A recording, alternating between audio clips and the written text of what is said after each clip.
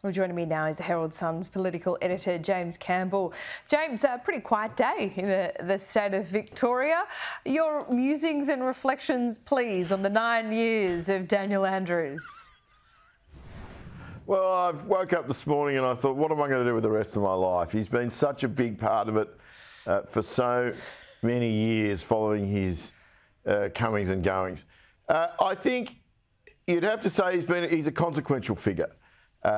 Nobody, I think, has managed to obtain as much power as he did and to hold it for as long as he did as a state premier, perhaps since Johannes Bjelke-Petersen in Queensland in the 1970s. Our system doesn't really produce leaders like him very often. He managed to sideline his party, sideline his cabinet. He governed the state of Victoria essentially through his private office for a number of years.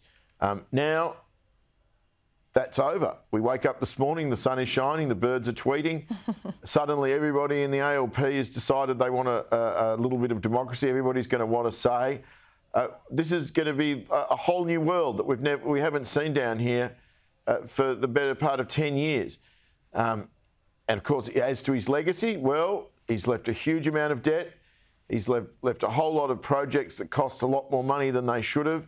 The private sector's been squeezed. Victoria's economic growth rates over the time he's been in office have been pretty much lower than New South Wales, except in the last few years, and that's largely been achieved by enormous amounts of debt. Victoria is addicted to debt, keeping its economy afloat. Government borrowing is out of control compared to just about every other state in Australia. When the music stops, as it eventually will, he'll be long gone, and it'll be for his successor, Jacinta Allen, or whoever comes after her, to deal with the disaster. Seems like a bit of a factional fight. It's not unedifying or anything like that at the moment, but it's good old politics back in the Victorian Labor caucus. Do you think there might be a bit of outbreak of democracy with a new leader? Absolutely. People are already saying to me, whatever else happens, there is no way we are going to hand whoever succeeds Andrews, and it will be Jacinta Allen. She is not going to be given carte blanche to run the government the way he did it. They just don't want to sit there smiling, nodding, and doing as they're told, the way they've had to do during Dan time. So that's going to be difficult for her. She's not inheriting the levers of power that her predecessor had, and it doesn't matter. That's not a reflection on her. Whoever came after Dan was never going to be given the same sort of authority that he had. Yeah, right. So explain to me, you say Jacinta Allen is all but confirmed to be the next leader. There's no factional deals though. What is she like? What kind of support does she have in her party? Could there be a few problems for her? Well, all of the factional sort of, shifting of the Rubik's Cube that's going on overnight in the morning is essentially over the deputy. I don't think there's any real suggestion that any way you look at it, there's no way that you can, that every way you look at it, it comes up Jacinta. What is she like? Well, I think she's a lot more steeped in the Labor Party from birth, really, than Daniel Andrews was. Daniel Andrews' father was a small businessman. He ran a milk bar, and then he became a farmer, made a lot of money. Was a successful person in the private sector. Jacinta Allen's comes from a trades hall Bendigo background. Her father was a big guy in that world. She's born and bred in the ALP. Her only private sector experience, I think, was working in a checkout in a supermarket when she was a teenager. And to her credit, that's one more private sector job than Daniel Andrews ever had. He left university, went straight to the electorate office. From there, he went to the head office of the ALP. From there, he went to Parliament. So Jacinta has more real world experience in that sense than Daniel Andrews. Like Daniel Andrews, she's not from Melbourne. She's from Bendigo.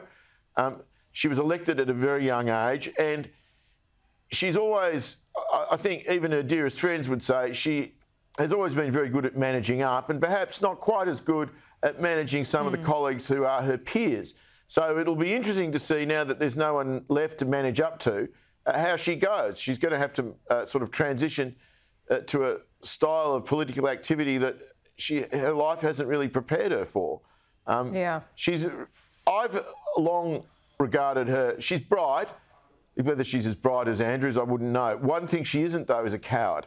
I've observed her for a number of years, and Jacinta Allen is not a gutless person. Okay. So make of that what you will.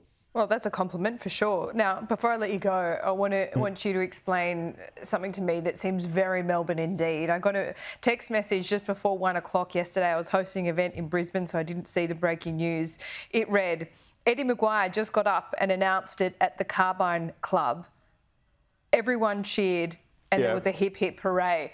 What is the Carbine Club? The Carbine Club is a lunching society. I've never been, so I'm told. I don't move in such elevated circles, Laura. Maybe one day, as I head towards my dotage, I might get a bait to it.